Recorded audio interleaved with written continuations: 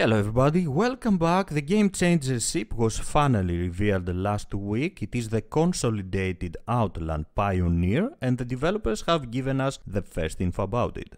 Apparently, the Pioneer is going to be some kind of a construction vessel that will be able to build forward bases and even colonize new planets, new areas, as its name implies after all. To be totally honest, we don't have much info about the Pioneer and how exactly it is going to work. We don't really know if it is going to be capable of building bases on spot with materials that can find on other planets or on the planet itself that wants to colonize, or if it is going to be just a transportation vessel that will be transporting modules that players and organizations will be able to place at an area of their choice, building their own base and making that specific planet, that specific area their home. Nonetheless, the introduction of the Pioneer to the game is definitely something that is changing Star Citizen as we know it, and this is simply because it is introducing a mechanic that has never been around.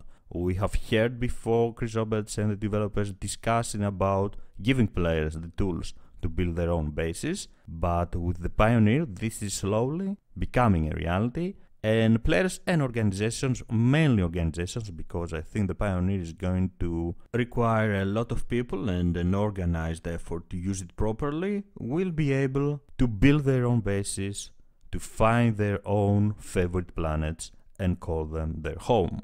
Like I have mentioned before, the Pioneer could work as a base building vessel or a forward base for explorers in a dangerous area or for an organization depending on what they are trying to achieve.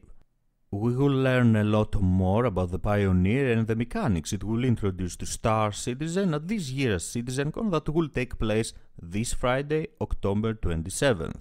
The Pioneer is going to be available as a concept vessel during CitizenCon, during and after CitizenCon, and its cost is going to be quite high at $850, something that makes it clear to me that it is a ship targeting organizations, big organizations, and general group of friends that can share that cost. Something else we have to mention is that the Pioneer is also going to be available in limited quantities. Speaking of CitizenCon, the event this year is taking place this Friday, October 27th, and we have already received the detailed schedule for this CitizenCon with the latest newsletter. It is going to be definitely very interesting, not only because we are going to hear more about the Pioneer, but also because CIG is going to reveal a lot more new and cool stuff, hopefully, since the theme of this year's CitizenCon is exploring new worlds. Now let's go back and discuss about the burn down process and the whole progress of the Alpha 3.0 Evocati testing. The developers are reporting great progress on several blocking issues, and at the same time they are tackling new issues that appear thanks to the hard work of the Evocati. They are working really hard on the shopping, commodity and cargo game loop in order to allow the Evocati to start focusing on this aspect of the Alpha 3.0 update, something that will bring us a step closer to a wide PTU release first and an official release of the Alpha 3.0 update later. From the production schedule report, we learned that there are 20 issues right now before the Evocati can start testing the next cargo and shopping experience from the 23 we had the last week. It is progress, definitely this is progress, and we're slowly getting closer to an Alpha 3.0 wide PTU, but I don't know how possible a wide PTU during the CitizenCon in around 5 days from now is going to be. We will have to wait and see the overall progress of the developers and the Evocati, and hopefully an Alpha 3.0 wide PTU release will not be that far away from this year's CitizenCon.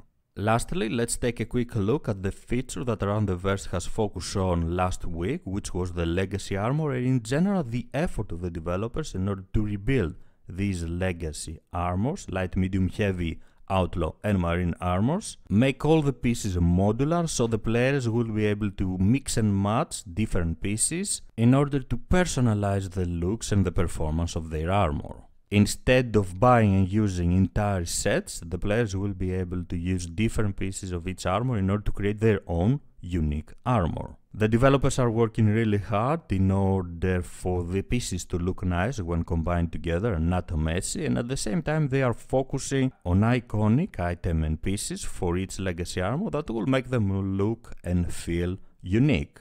We also had a quick look at the undersuits that will be required in order to wear any armor. They will be necessary to go into EVA space into vacuum, but also at the redesign of the heavy outlaw armor, which is quite spectacular.